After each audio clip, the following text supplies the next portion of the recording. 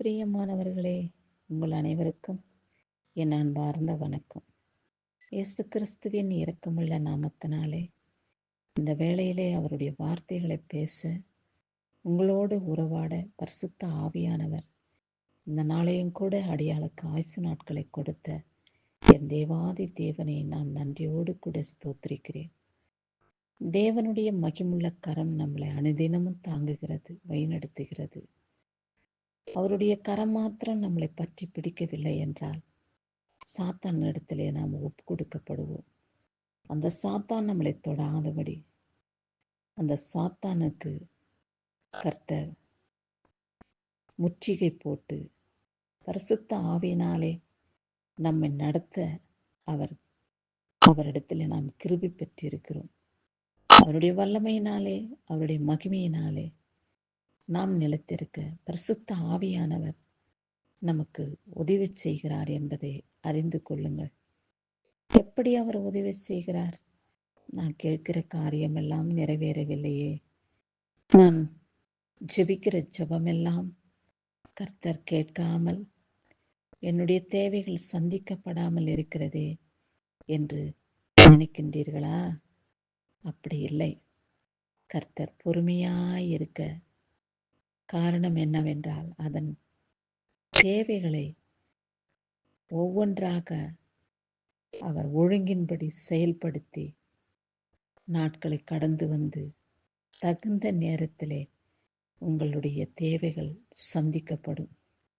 இதற்காகத்தான் கர்த்தர் இவ்வளவு நாள் கடக்க எனக்கு உதவி செய்தார் என்று நீங்களே நமக்கு கொடுக்கப்பட்டிருக்கும் வார்த்தை என்ன என்று பார்ப்போம். நம்பிக்கையிலே சந்தோஷமாயிருங்கள், உபத்திரவத்திலே பொறுமையாயிருங்கள், ஜெபத்திலே உறுதியாயிருங்கள் என்று சொல்லப்பட்டுள்ளது. நாம் கர்த்தரை வேண்டிக் கொள்ளும் பொழுது நம்முடைய தேவைகள் மிகவும் தேவைப்படுகிற முக்கியமான காரியங்களை குறித்து நாம் கர்த்தரிடத்திலே ஜெபிப்போம். ஆண்டவரே, இப்பொழுதே நிறைவேற்றும், இப்பொழுதே செயல்படுத்தும், தாமதம் பண்ணாதியும், அப்படி என்று நாம் வேண்டிக் கொள்வோம். அப்பொழுது கர்த்தர் இயேசு கிறிஸ்துவின் இடத்திலே என் வார்த்தைகளை சொல்லிவிட்டேன், தேவைகளை அவர் பூர்த்தி செய்வார் என்ற சந்தோஷத்தோடு நாம் காத்திருக்க வேண்டுமா? உபத்திரவத்திலே பொறுமையாயிருங்கள் என்று சொல்லியிருக்கிறது. நாம் கேட்டுக்கொண்ட விண்ணப்பத்தின் வார்த்தை அவரிடத்திலிருந்து வர நமக்கு தாமதம் பண்ணும் பொழுது அதன் நம்முடைய உலகப்பிரமான காரியங்களில் உபத்திரவம் நேரிடும்.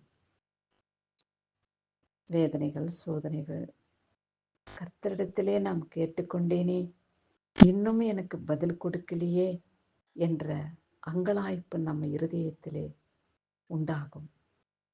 அப்பொழுது கர்த்தர் சொல்லியிருக்கிறார், ஜெபத்திலே உறுதியாயிரு என் மகனே, மகளே, நீ ஜெபத்திலே உறுதியாயிருந்து தரித்திருக்கும் பொழுது நான் எல்லாவற்றையும் நேர்த்தியாய் செய்து முடிப்பேன். நாம் ஜெபத்திலே எப்பொழுதும் உறுதியாயிருக்க வேண்டும். ஜெபித்தோம், ஆனால் கர்த்தர் செயல்படுத்தவில்லை என்று சோர்ந்து போயிற்று. அந்த ஜெப குறிப்புகளை மறந்து அதற்காக ஜெபிக்க கூடாமல் நாம் இருக்கக்கூடாது. அந்த ஜெபத்தை உறுதியாய் பற்றி கொண்டு, தேவனே, நீர் எனக்கு செயல்படுத்த வேண்டும், என் காரியங்களை சந்திக்க வேண்டும்.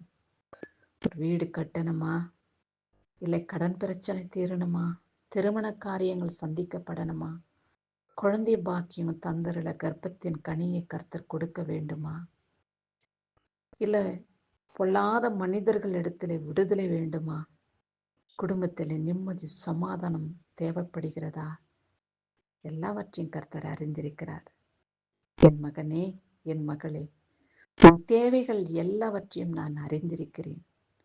உன்னை நிச்சயமாக சந்தோஷத்தோடு, சமாதானத்தோடு, மனமகிழ்ச்சியோடு வழி நடத்த நான் உன் வாழ்க்கையிலே கடந்து வருவேன்.